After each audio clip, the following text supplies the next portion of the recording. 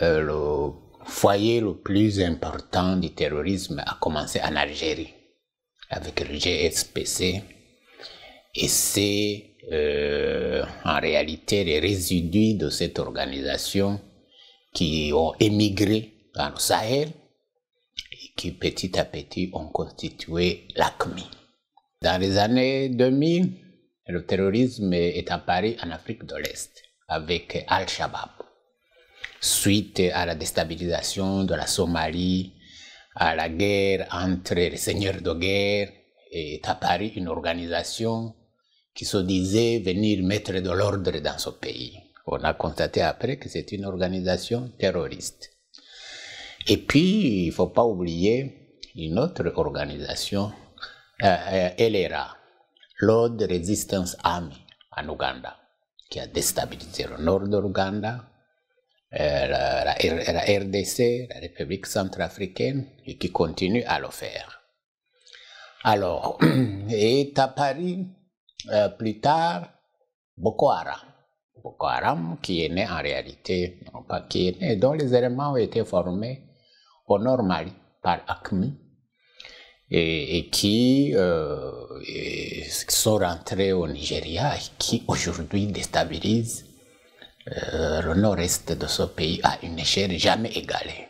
On dit aujourd'hui que Boko Haram contrôle plus de 20 000 km² du Nigeria.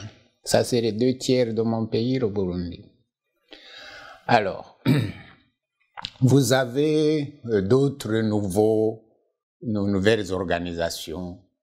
Boko Haram qui a donné naissance à une autre organisation qu'on appelle Ansarou. AQMI qui a donné naissance à Moujao, qui est plutôt une organisation locale, et enfin qui se transforme aujourd'hui dans ce qu'on appelle Moabitoun. Vous avez eu Ansardine, vous avez aujourd'hui Ansar Sharia dans Tunisie, en Libye. Donc une prolifération d'organisations terroristes, certains d'obédience djihadiste islamique, d'autres même d'obédience chrétienne, comme la RRA. Donc, un continent qui jusque-là pensait être épargné, qui aujourd'hui est en plein dans la guerre contre le terrorisme. Avec des perspectives sombres, parce que, vous savez, en Europe, on a peur de ce que va produire le mouvement des jeunes qui vont en Syrie, en Irak.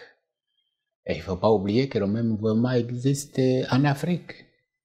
Des jeunes algériens, marocains, libyens, tunisiens, sans doute aussi de l'Afrique subsaharienne, vont là-bas pour s'entraîner au terrorisme.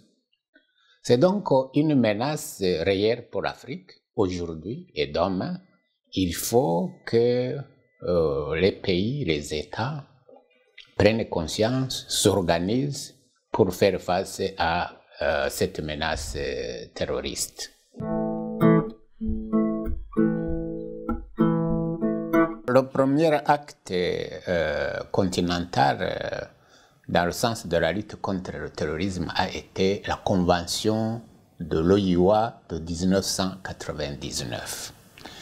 Il y a eu ensuite, vous le savez, dans la suite des attentats du 11 septembre 2001, je pourrais dire une mobilisation internationale contre le terrorisme. Et c'est ainsi que l'Union africaine a produit un plan d'action de lutte contre le terrorisme en 2002. En 2004, il y a eu le protocole additionnel à la Convention de 98. Alors, dans cette convention, il y a mobilisé les pays du continent pour lutter contre le terrorisme individuellement, pour coopérer en matière de lutte contre le terrorisme. Et c'est dans ce cadre, par exemple, qu'on a créé à Alger ce que nous appelons le Centre africain de recherche et d'analyse sur le terrorisme, le CAERT, qui est aujourd'hui l'instrument, je pourrais dire, opérationnel de lutte contre le terrorisme sur le continent. Alors ça, c'est sur le plan politique. Maintenant, sur le plan opérationnel, l'Union africaine a développé des mesures opérationnelles, des stratégies de lutte contre le terrorisme dans les différents foyers où le terrorisme s'est manifesté. Aujourd'hui, en Afrique de l'Est, en Somalie particulièrement, contre Al-Shabaab, l'Union africaine a créé la mission de l'Union africaine pour la Somalie, AMISOM, qui a déployé des troupes importantes, plus de 20 000 hommes, pour lutter contre Al-Shabaab et restabiliser la Somalie. Et tout le monde est d'avis aujourd'hui que AMISOM a fait un travail remarquable, est en train petit à petit de stabiliser ce pays où tout le monde avait refusé de faire quoi que ce soit, y compris les Nations Unies, compte tenu de la désastreuse expérience des Américains de 92. Et les Américains avaient même refusé que les Nations Unies fassent quoi que ce soit. L'Union africaine a décidé d'y aller. Et aujourd'hui, la mission est considérée comme un succès dans la lutte contre le terrorisme. Le deuxième foyer de terrorisme, c'est le Nord-Ouganda, la RDC, la République centrafricaine avec la RRA. L'Union africaine a mis en place une force de réaction contre la RRA depuis un certain temps. Et aujourd'hui, ce mouvement, je pense, est en train de se mourir progressivement. Donc c'est considéré aussi comme un succès dans la lutte contre le terrorisme. L'autre foyer, bien sûr, c'est le Sahel. Et le Sahel, vous savez ce qui s'est passé au Nord Mali, quand les terroristes sont restés là pendant longtemps, presque une décennie. On s'en est rappelé quand il y a eu le MNLA et les groupes associés ont attaqué au Nord Mali et créé l'État de l'Azawad et ont voulu, en janvier 2013, aller plus loin au sud. Alors là, l'Afrique et le monde se sont réveillés. L'Union africaine a été la première, avec la CEDEAO, à préconiser la reconquête du Nord Mali par la force. Et il s'est avéré plus tard qu'il fallait plus de moyens que ça, d'où l'intervention de l'opération Serval. Et les deux forces combinées ont chassé les groupes terroristes du Nord Mali pendant un temps. Malheureusement, aujourd'hui, on les voit revenir petit à petit, mais il faut dire que l'Afrique, le monde sont déjà mobilisés. Il y a la MINUSMA, il y a Barkhane, et l'Union africaine, nous préconisons qu'il faut faire plus, qu'il faut une force régionale d'intervention au Nord Mali pour stabiliser cette région. Enfin, le nouveau foyer, c'est le nord-est du Nigeria avec Boko Haram. Un phénomène encore plus récent, mais qui assez rapidement a pris de l'ampleur. Alors je passe directement à la réaction de l'Afrique. Le dernier sommet de l'Union africaine a décidé de créer une force multinationale mixte, c'est-à-dire la mobilisation d'abord des pays de la région, des pays du bassin du lac Tchad, le Tchad lui-même, le Niger, le Nigeria, auquel il faut ajouter le Bénin, pour constituer une force qui devrait être appuyée par les autres pays africains, mais surtout par les Nations Unies au niveau logistique, financier, pour s'attaquer à Boko Haram. Le terrorisme aussi s'alimente des problèmes de défaillance en matière de gouvernance, des problèmes de pauvreté. Et il est indiqué donc qu'il faut une stratégie multidimensionnelle pour faire face à ces phénomènes. Et c'est tout à fait compréhensible. Par exemple, les gens s'interrogent pourquoi Boko Haram fait tant de succès au nord du Nigeria et que le Nigeria, le pays le plus fort sur le continent, une armée assez puissante, ne parvient pas à venir à bout de ce phénomène.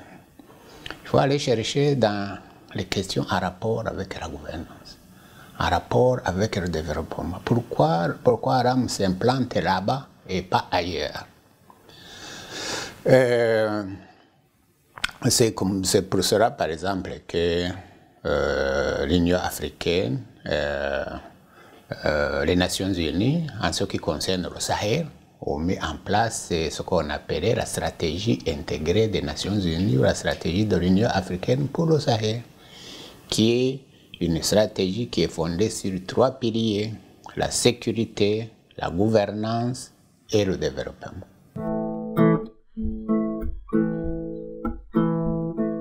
Malgré ce tableau sombre du terrorisme, l'Afrique est entrée dans une période d'optimisme. Ça, c'est un phénomène que nous connaissons depuis pratiquement une décennie.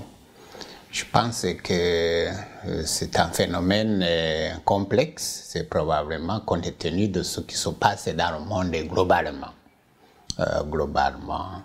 Les changements économiques dans le monde liés à la globalisation. Vous savez que l'Afrique a été pendant longtemps, pendant des siècles, liée à l'Europe. Son sort est fortement lié à l'Europe, à la colonisation, à la précolonisation, à travers ce qu'on appelait l'assistance économique au développement.